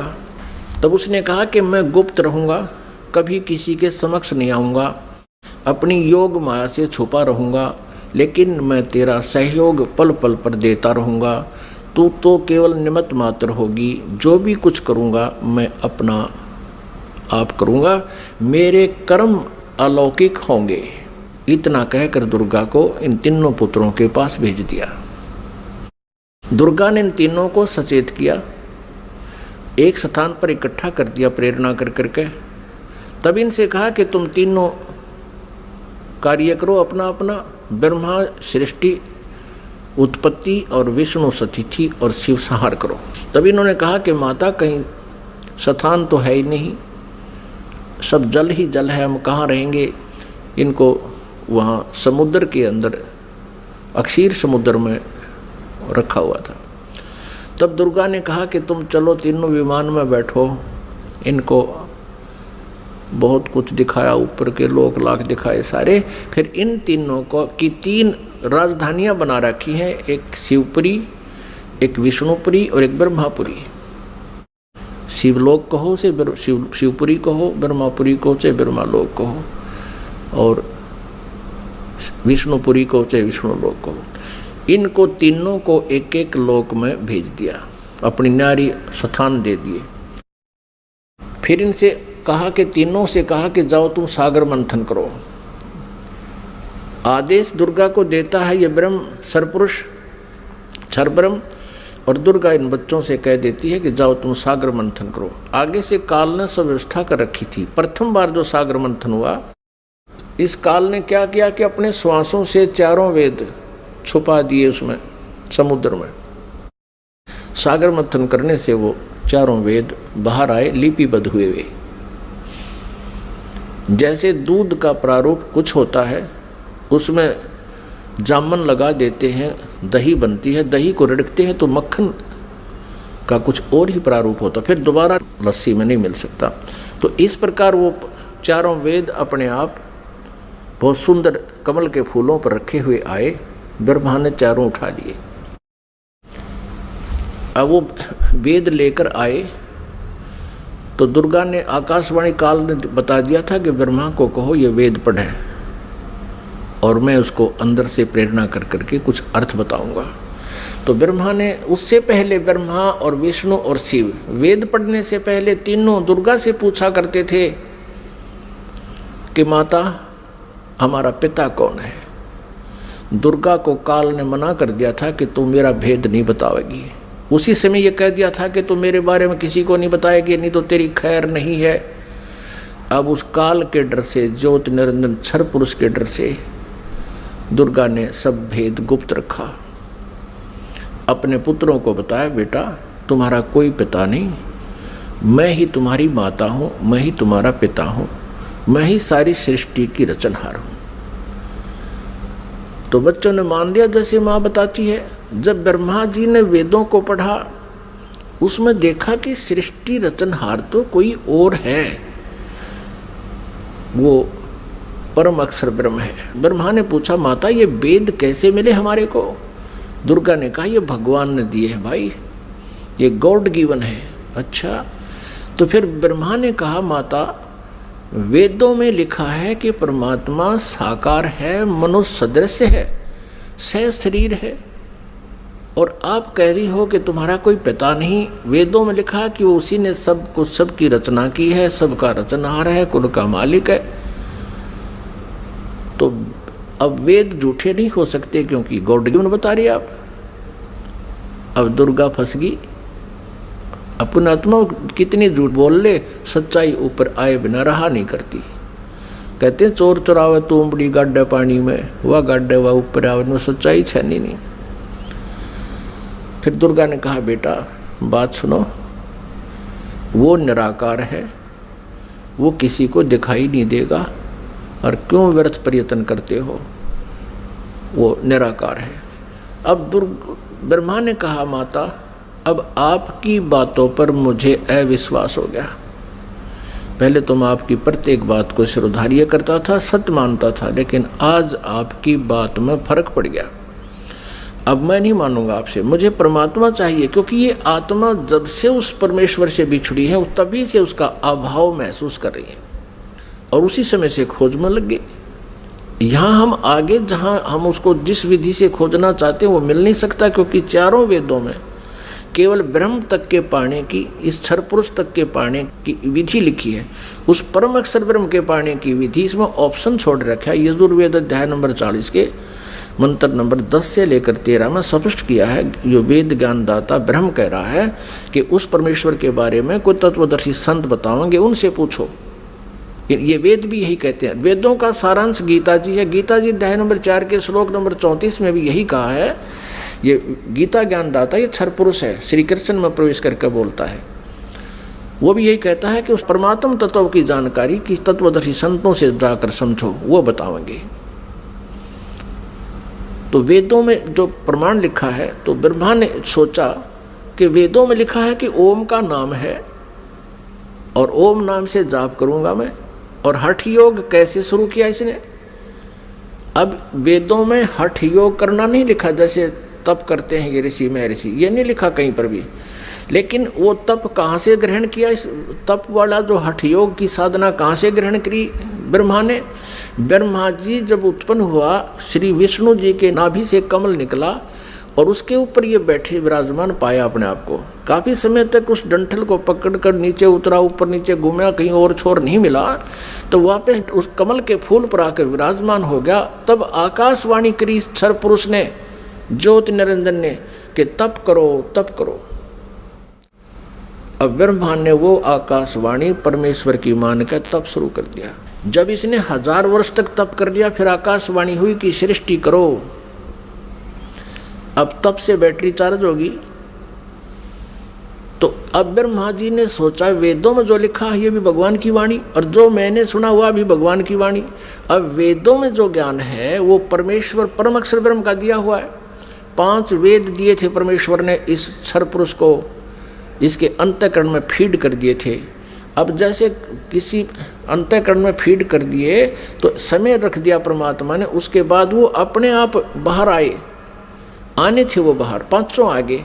लेकिन इसने देखा पढ़ करके 5वें वेद में बहुत जानकारी थी परमपिता की, सत्य पुरुष की, परम अक्षर ब्रह्म की। इसने उसको नष्ट कर दिया और 4 वेद दे दिए। अब चारों वेदों को ब्रह्मा जी ने पढ़ा तो कहा माता इसमें ओम नाम लिखा है और मैं परमात्मा को पाऊंगा। दुर्गा ने कहा कि यदि तेरा पिता तुझे नहीं मिला, तू कहाँ जा रहा है, तो तू क्या करेगा भाई अगर तेरे को तेरा पिता नहीं मिला? क्योंकि उसने प्रतिज्ञा कर रखी है तुम्हें दर्शन नहीं देगा। तो ब्रह्मा ने कहा कि मैं तुझे अपनी शकल नहीं दिखाऊंगा यदि भगवान नहीं मिला, क्योंकि वेदों में लिखा ओम, यजुर्वेद अध्याय नंबर 40 के मंत्र नंबर 15 में स्पष्ट किया कि ओम कर्तु समर कल्वे समर कर्तुम समर। इसलिए ये ओम नाम है क्षर पुरुष का, ब्रह्म तक का, क्षर ब्रह्म का। और परम अक्षर ब्रह्म के बारे में वेदों में ज्ञान नहीं है साधना का, लेकिन उसकी महिमा बहुत लिखी है। तीन वेदों को पढ़ने वालों ने परमात्मा की महिमा तो पूर्ण परमात्मा वाली ग्रहण कर ली और साधना इस ब्रह्म वाली कर ली। जानकारी परम अक्षर ब्रह्म की अधिक है, जिसको परम अक्षर ब्रह्म कहते हैं, सत्पुरुष भी कहते हैं। लेकिन उसके पाने का मेथड नहीं है, वे ऑफ वर्शिप नहीं है। वे ऑफ वर्शिप यानी पूजा की विधि केवल ब्रह्म तक की है, वो ओम नाम है। गीता जी अध्याय नंबर 17 के श्लोक नंबर 23 में तीन मंत्र के जाप का प्रावधान है। ओम तत्सत इति निर्देश है ब्रह्मण त्रिविध समर्थ है। और गीता जी अध्याय नंबर 15 के श्लोक नंबर 1 से 4 में और 16 और 17 में विस्तार से विवरण दिया गया है कि इस संसार रूपी वृक्ष के तना कौन है, जड़ कौन है और शाखा कौन है, डार कौन है, पत्ते क्या हैं। इनको जो जानता है वो तत्वदर्शी संत है। और उसमें 16 और 17 श्लोक में 15वें अध्याय के गीता जी में सरपुरुष, अक्षर पुरुष और परम अक्षर ब्रह्म, यानी उस उत्तम पुरुष है तो अन्य, इन सरपुरुष और अक्षर पुरुष से कोई अन्य है, वो परम अक्षर ब्रह्म है। गीता जी अध्याय नंबर 8 के श्लोक नंबर 1 में अर्जुन ने पूछा कि आप जी ने जो अध्याय नंबर 7 के मंत्र 29 में जिस तत्ब्रह्म के बारे में कहा प्रभु वो किम तत्ब्रह्म, उसका उत्तर गीता ज्ञानदाता ने 8वें अध्याय के 3रे श्लोक में दिया है कि वो परम अक्षर ब्रह्म है और वही सबका सृष्टि रचनहार है। तीनों लोकों में प्रवेश करके सबका धारण पोषण करता है, 15वें अध्याय के 17वें श्लोक में स्पष्ट किया है। तो वो परम अक्षर ब्रह्म है, उसकी जानकारी वेदों में पाने की नहीं है, वो तो तत्वदर्शी संत बताएगा, ये दास बताएगा, परमात्मा ने भेजा है उस इसी उद्देश्य से। वो ना होने से ब्रह्मा जी ने ओम नाम का जाप किया, 4 युग तक समाधि लगा के हठ योग भी किया। तब दुर्गा ने अपने वचन से एक लड़की उत्पन्न की और उससे कहा कि बेटी आप जाओ और ब्रह्मा को जो समाधिस्थ है उसको उठाओ और कहो कि आपको माता याद कर रही है, तेरे बिना सृष्टि नहीं रची जा रही। अब 4 युग जब बीत गए, आकाशवाणी की दुर्गा को सरपुरुष ने कि दुर्गा सृष्टि रचो। दुर्गा ने कहा, प्रकृति देवी ने कहा कि आपका ज्येष्ठ पुत्र आपकी खोज में गया है, मेरे मना करते करते भी गया है। तब आकाशवाणी से कहा उस काल ने, सरपुरुष ने, कि उसको बुलाओ, मैं कभी दर्शन नहीं दूंगा। तब वो लड़की वहाँ भेजी।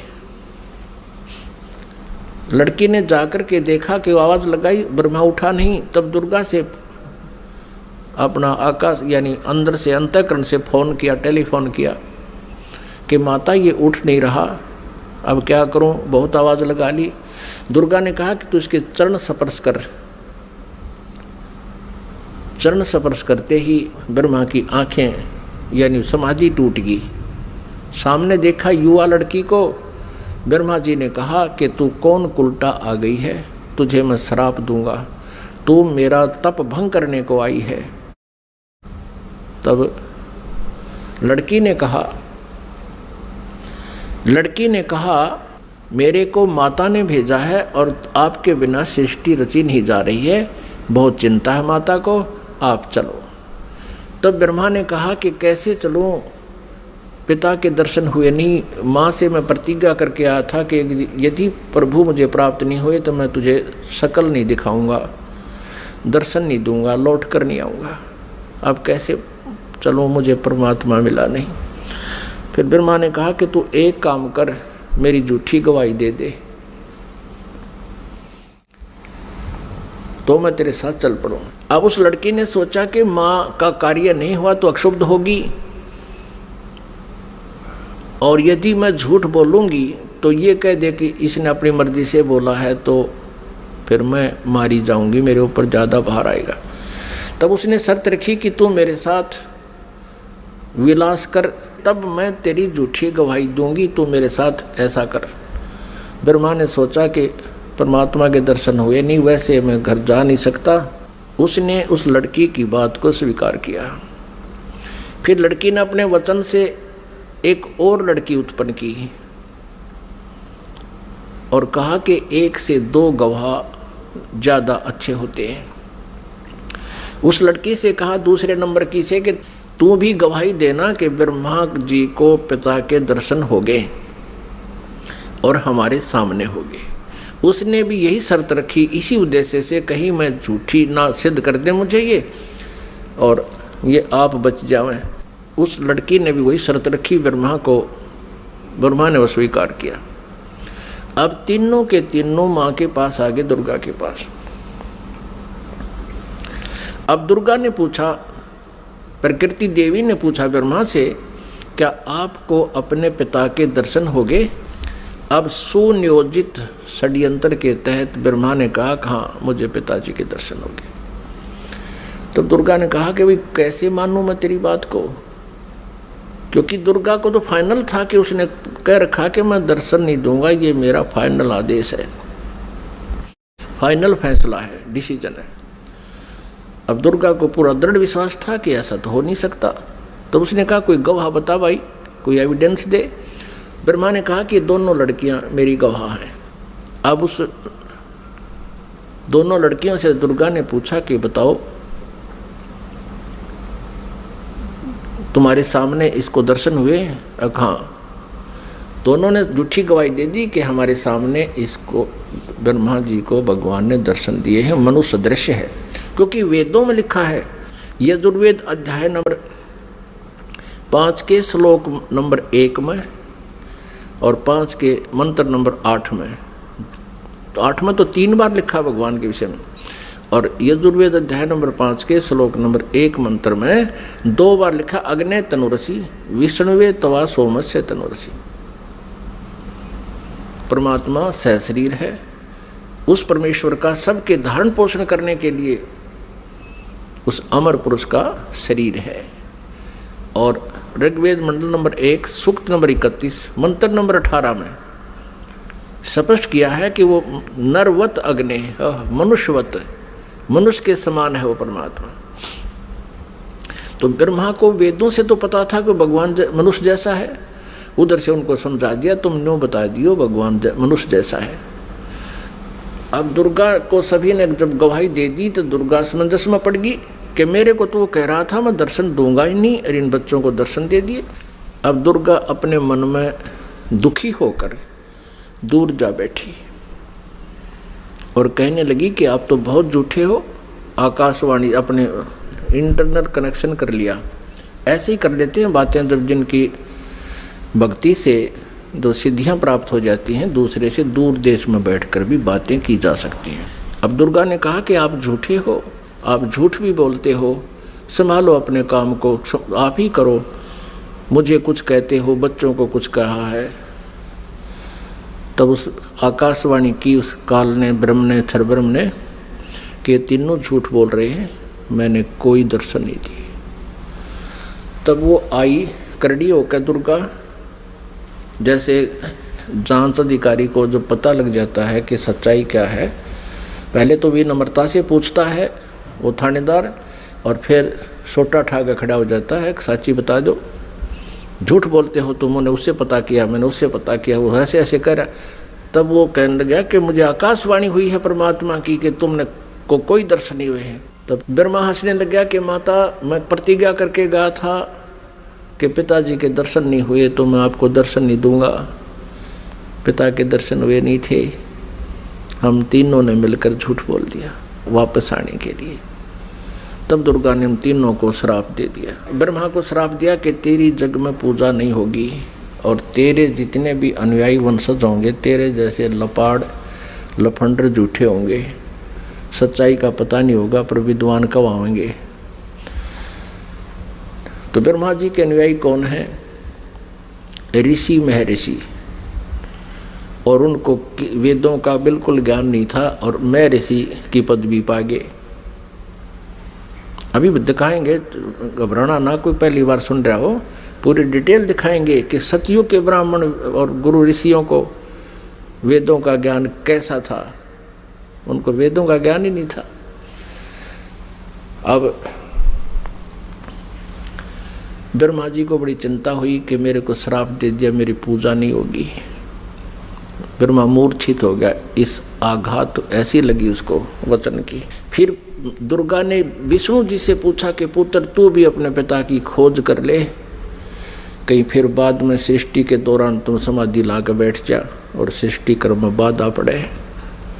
विष्णु जी चल पड़े पिता की खोज के लिए, शेष नाग के लोक में पहुंच गए। अपने आत्माओं प्रत्येक प्राणी ने अपनी जो डायरेक्शन कायम कर रखी है, सीमा कायम कर रखी है। जोटे ने भैंसे न अपनी कर रखी है, जब दूसरा भैंसा आ जाता लड़ मरा उसके साथ। कुत्ते ने अपनी सीमा बांट रखी है। ऐसे ही जो ही शेष नाग के लोक में विष्णु जी ने प्रवेश किया तो शेष नाग ने सोचा कि तेरे लोक में, तेरी जुरिडिक्शन में ये कैसे आ रहा है निर्भय होकर के, इसको किसी का खौफ नहीं, मैं यहाँ का सम्राट हूँ।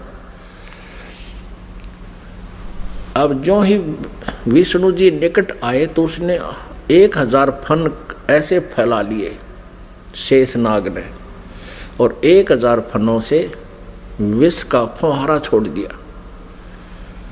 जैसे धुंध हो जाती है ऐसे विष्णु जी के चारों तरफ उस विष के फुहारे की धुंध होगी, और श्री विष्णु जी के शरीर पर, पूरे शरीर पर ऐसा पेंट हो गया काला, उस विष से काला शरीर हो गया।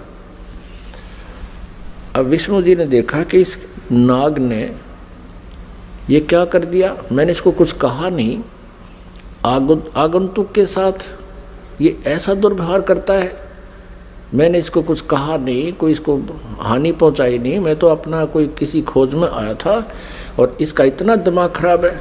अब विष्णु जी ने सोचा कि ला इसको ख़त्म कर देता हूँ, इस नाग कीड़े को। जो ही शेष नाग को मारने के लिए आगे को चले विष्णु जी, आकाशवाणी की उस ब्रह्म ने, क्षर पुरुष ने, इनके पिता ने, कि विष्णु तुम ऐसे एक दूसरे को मारते रहोगे तो सृष्टि कैसे चलेगी, तुम वापस जाओ, और कहीं पर मैं कभी किसी के सामने नहीं आऊंगा, मैं दर्शन नहीं दूंगा किसी को, मेरी उपलब्धि कोई नहीं कर सकता। और जाके अपनी माता को सच सच बता दे कि मुझे दर्शन नहीं हुए। यदि तू झूठ बोलेगा तो तेरा भी हरास ब्रह्मा जैसा होगा।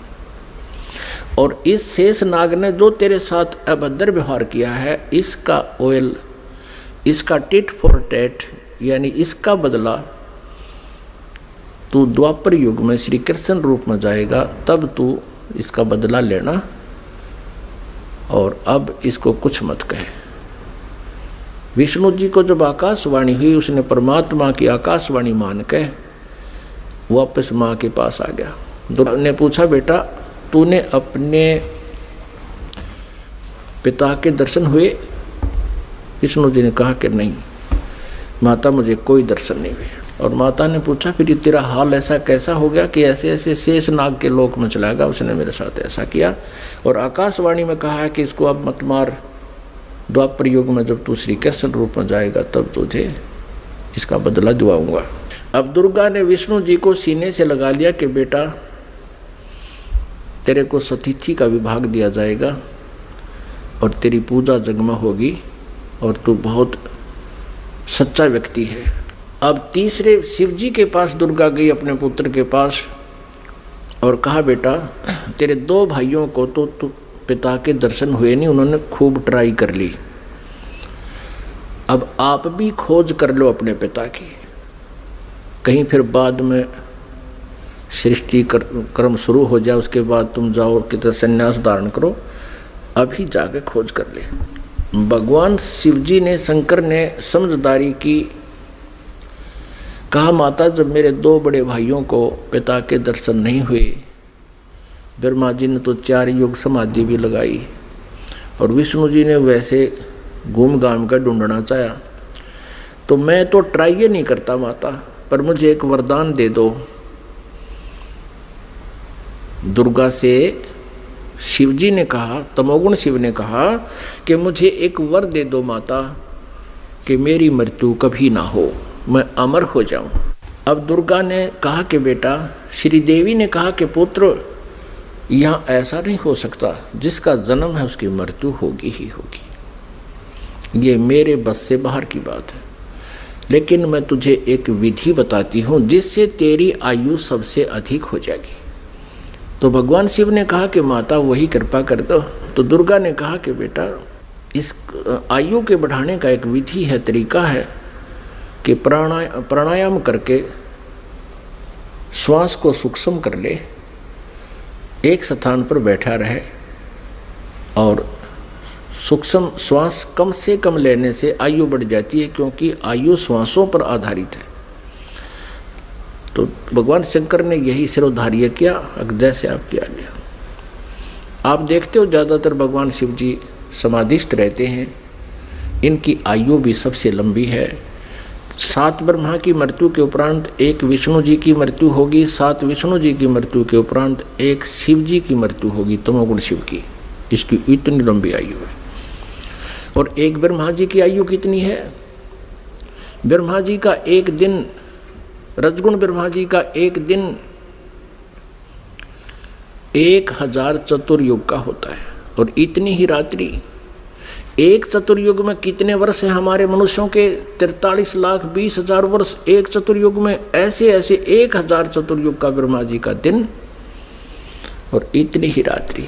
30 दिन रात का महीना, 12 महीने का एक वर्ष और 100 वर्ष की ब्रह्मा जी की आयु।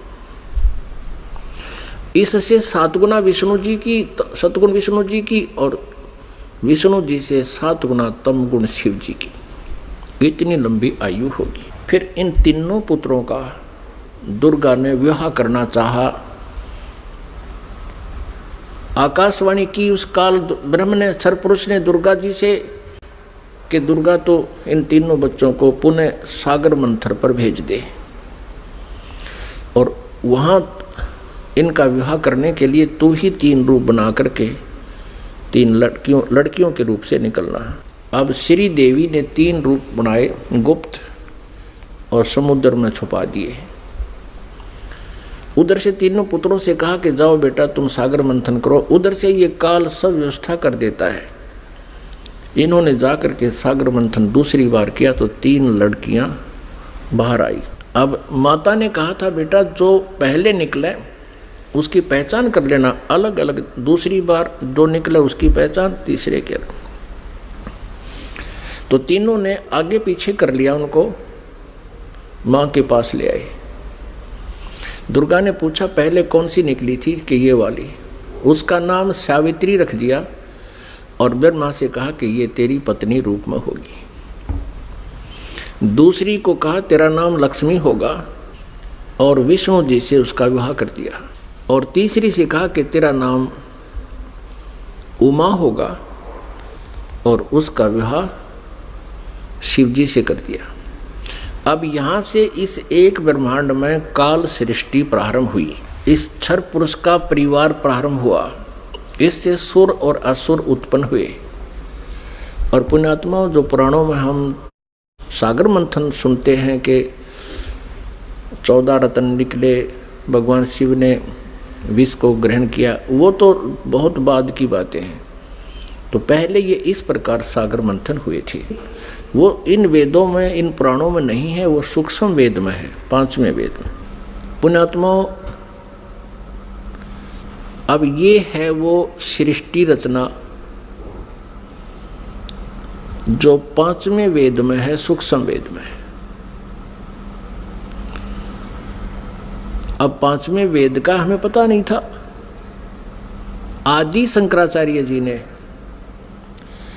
अपने द्वारा रची पुस्तक में उस सूक्ष्म वेद का, 5वें वेद का वर्णन किया है और उन्होंने अपने द्वारा रची उस पुस्तक में उसको मेंशन किया है। समय आने पर दिखाएंगे।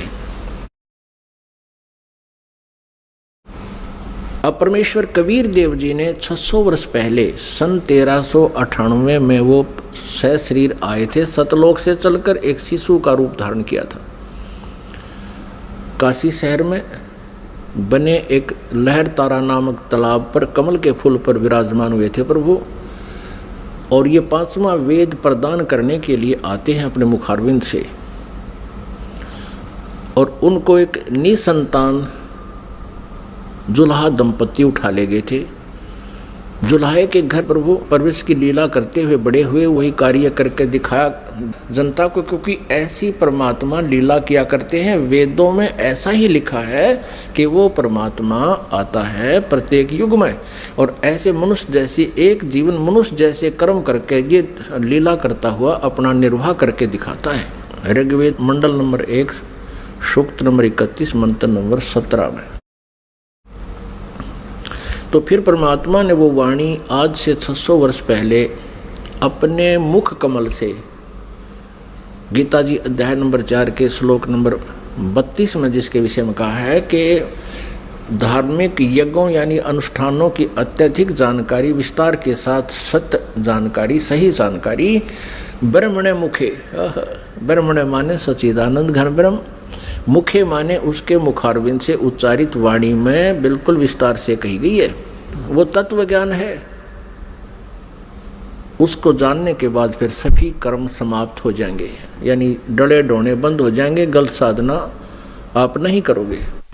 परमेश्वर कबीर देव जी उस समय कहा करते थे इन नकली गुरु आचार्यों से, मंडलेश्वरों से, कि तुम जनता को गुमराह कर रहे हो, तुम कह रहे हो कि ब्रह्मा विष्णु महेश के कोई माता पिता नहीं। परमात्मा कहा करते इनके माता पिता हैं, ये जन्मते मरते हैं, इनकी मृत्यु होती है, जन्म होता है, ये अविनाशी नहीं है, ये कंप्लीट गॉड नहीं है। तो इस बात का बहुत विरोध हुआ था परमेश्वर का। उन झूठे आचार्यों ने, उन नकली गुरुओं ने कबीर परमेश्वर के बारे में बहुत गलत धारणाएं पैदा कर दी कि ये झूठा है, अशिक्षित है, इसने वेदों गीता को पढ़ा नहीं, पुराणों को पढ़ा नहीं, क्योंकि ये संस्कृत नहीं जानता। अशिक्षित व्यक्ति है, ये क्या जाने वेदों और गीता और पुराणों के बारे में, ये झूठ बोल रहा है, इसकी मत मानना, मत सुनना। उस समय तो हम धोखा खा गए जनता वाले, क्योंकि हमारे आचार्य जो हैं, जो गुरु लोग थे, ब्राह्मण ऋषि थे, वो संस्कृत भाषा जानते थे। तो हमने ये सोचा कि ये सभी सदग्रंथ संस्कृत भाषा में विद्यमान हैं, लिखे हैं, तो कबीर जी संस्कृत नहीं जानते, क्योंकि ये किसी ब्राह्मण के पास पढ़े नहीं, इसलिए कबीर जी झूठ बोल रहे होंगे, ये हमारे गुरु, ये आचार्य, ये सत्य कह रहे हैं, इसलिए परमेश्वर के उस ज्ञान को हमने स्वीकारा नहीं, और उसी का खामियाना आज तक भुगत रहे हैं। हम भक्ति भी कर रहे हैं लेकिन शास्त्र विरुद्ध कर रहे हैं। हमें ज्ञान भी प्राप्त है, वो परमात्मा का ज्ञान नहीं है। आज से 600 वर्ष पहले परमात्मा ने अपने सच्चिदानंद घन ब्रह्म की वाणी में क्या बोला था, क्या बताया था। जैसे ऋग्वेद मंडल नंबर 9 सूक्त नंबर 86 मंत्र 26 और 27 में, ऋग्वेद मंडल नंबर 9 सूक्त नंबर 82 मंत्र 1, 2, 3 में, ऋग्वेद मंडल नंबर 9 सूक्त नंबर 20 मंत्र 1 में, ऋग्वेद मंडल नंबर 9 सूक्त नंबर 96 के मंत्र नंबर 16 से 21 तक, उसमें कहा कि परमात्मा सतलोक से चलकर आता है। ऋग्वेद मंडल नंबर 9 सूक्त नंबर 1 मंत्र नंबर 8 और 9 में स्पष्ट किया है परमात्मा कि वह शिशु रूप धारण करता है, और जब वो शिशु रूप में आता है परमात्मा, तो उसकी परवरिश की लीला कंवारी गायों से होती है, और वो परमात्मा तत्व ज्ञान, यथार्थ ज्ञान को बताने के लिए अपनी प्यारी आत्माओं को मिलता है, श्रेष्ठ वर्णीय आत्माओं को, श्रेष्ठ आत्माओं को मिलता है, उनको फिर तत्व ज्ञान से परिपूर्ण करता है। उसी आधार से परमात्मा जो लीला किया ही करते हैं, उसी तरह करते हुए आदरणीय धर्मदास साहिब जी को मिले। अच्छी आत्माओं में से किन किन अच्छी आत्माओं को मिले? आदरणीय धर्मदास साहिब जी को मिले, आदरणीय मलुकदास साहिब जी को मिले, आदरणीय दादूदास साहिब जी को मिले, आदरणीय नानक साहिब जी को मिले, आदरणीय गरीबदास साहिब जी गांव छुडानी जिला झज्जर हरियाणा वाले को मिले, आदरणीय गीसा साहिब जी गांव खेखड़ा जिला मेरठ उत्तर प्रदेश वाले को मिले। तो वो परमात्मा के गुणों में लिखा है कि वो ऐसा करते हैं, वेद भी गवाही दे रहे हैं। उसी आधार से परमात्मा धर्मदास साहिब जी को मिले थे, जो बांधवगढ़ के रहने वाले थे, मथुरा में गए हुए थे भगवान की खोज में। वहाँ परमात्मा ने कहा था इन तीर्थों पर भगवान नहीं है, भगवान आपके सदग्रंथों में लिखी हुई विधि से प्राप्त होगा। और धर्मदास जी आप यहाँ कह रहे हो कि भगवान यहाँ घूमा करते थे श्री कृष्ण जी, फिर अब तो नहीं है वो, या तो घूमा करते थे उस समय आते तुम, अब वो है ही नहीं, अब क्या ढूंढने आते हो? आपके सदग्रंथों में लिखे हैं, उन सदग्रंथों से ढूंढो। क्या बताया भगवान ने? धर्मदास ये जग बोरा न, कोई न जाने पद निर्वाण। यही कारण मैं कथा पसारा, जग से कहिए वो राम नियारा। परमेश्वर कबीर देव जी ने ये सृष्टि रचना धर्मदास जी को सुनाई थी, आदरणीय धर्मदास साहब जी को। परम पूज्य परमेश्वर कबीर जी ने जो कथा दास ने आपको सुनाई, यही कथा आदरणीय धर्मदास साहब जी को सुना रखी थी, उसमें से दास ने आपको सुनाया। अब ये उनकी सच्चिदानंद घन ब्रह्म की वाणी में लिपिबद्ध है, कबीर सागर में लिखा है, उससे पढ़कर सुना रहा हूँ आपको। वो कबीर वाणी कहलाती है, सच्चिदानंद घन ब्रह्म की वाणी कहलाती है, जिसके विषय में गीता जी अध्याय नंबर 4 के श्लोक नंबर 32 में कहा है कि वो सच्चिदानंद घन ब्रह्म की मुखारविंद से उतरित उस अमर वाणी में, कबीर वाणी में लिखा है। धर्मदास ये जग बोरा न, कोई न जान पद निर्वाणा। यही कारण मैं कथा पसारा, जग से कहिए वो राम निहारा। यही ज्ञान जग जीव सुनावो, सब जीवों का भ्रम नसाओ। अब मैं तुमसे कहूँ चेताई, त्रिदेवन की उत्पत्ति भाई। इन तीनों देवताओं की उत्पत्ति मैं तुम्हें बताता हूँ, परमेश्वर कहते हैं कबीर जी। परम पूज्य कबीर परमेश्वर जी क्या बता रहे हैं कि अब मैं तुझे तुम्हारे तीनों देवताओं की उत्पत्ति बताता हूँ। पुण्यात्माओं, 600 वर्ष पहले परमात्मा ने ये ज्ञान अपनी सच्चिदानंद घन ब्रह्म की वाणी में लिखा, बोला, वो लिखा गया। और यही अब आपको रूबरू कराएंगे पुराणों में और वेदों में, गीता जी में। आप दांतों तले उंगली दबाओगे कि सचमुच हे भगवान ने हमारे को कैसा मूर्ख बना रखा था इन नकली आचार्यों ने, गुरुओं ने। हमें हमारे सिलेबस से भी परिचित नहीं कराया इन अध्यात्मिक गुरुओं ने। हमारा सिलेबस है, हमारे सदग्रंथ है, इनके विरुद्ध जो ज्ञान सुना जाता है वो शास्त्र सिलेबस के विरुद्ध है, शास्त्र विरुद्ध है। अब मैं तुमसे कहूँ चेताई, त्रिदेवन की उत्पत्ति भाई। कुछ संक्षेप कहूँ गौराई, सब संशय तुमरे मिट जाई। कहते थोड़े से समय में संक्षेप में बताऊंगा, उससे में सारे संशय दूर हो जाएंगे। ज्ञानी सुने सो हृदय लगाई, मूर्ख सुने तो गम ना पाई। इस ज्ञान को जो बुद्धिमान व्यक्ति सुनेंगे, इस कथा को, तो हृदय से लगाएंगे कि सचमुच सही है। और प्रमाण देखेंगे अपने सदग्रंथों में, पुराणों में और वेदों और गीता जी में।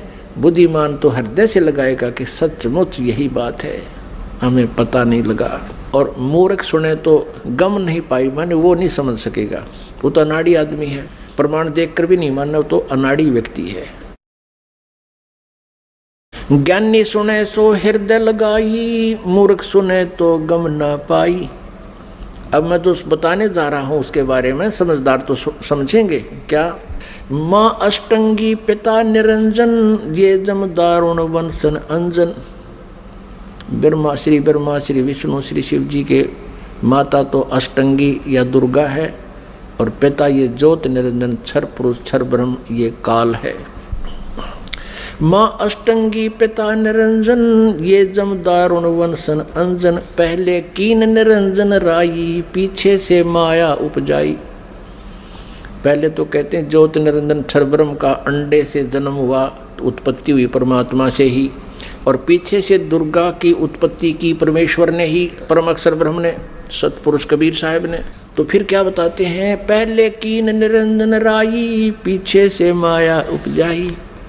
माया दुर्गा को कहते हैं। माया रूप देख अति शोभा, देव निरंजन तन मन लोभा। दुर्गा के सुंदर रूप को देखकर इसके अंदर विषय वासना प्रभावित होगी, प्रबल होगी।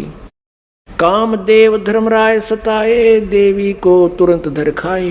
क्या बताते हैं कि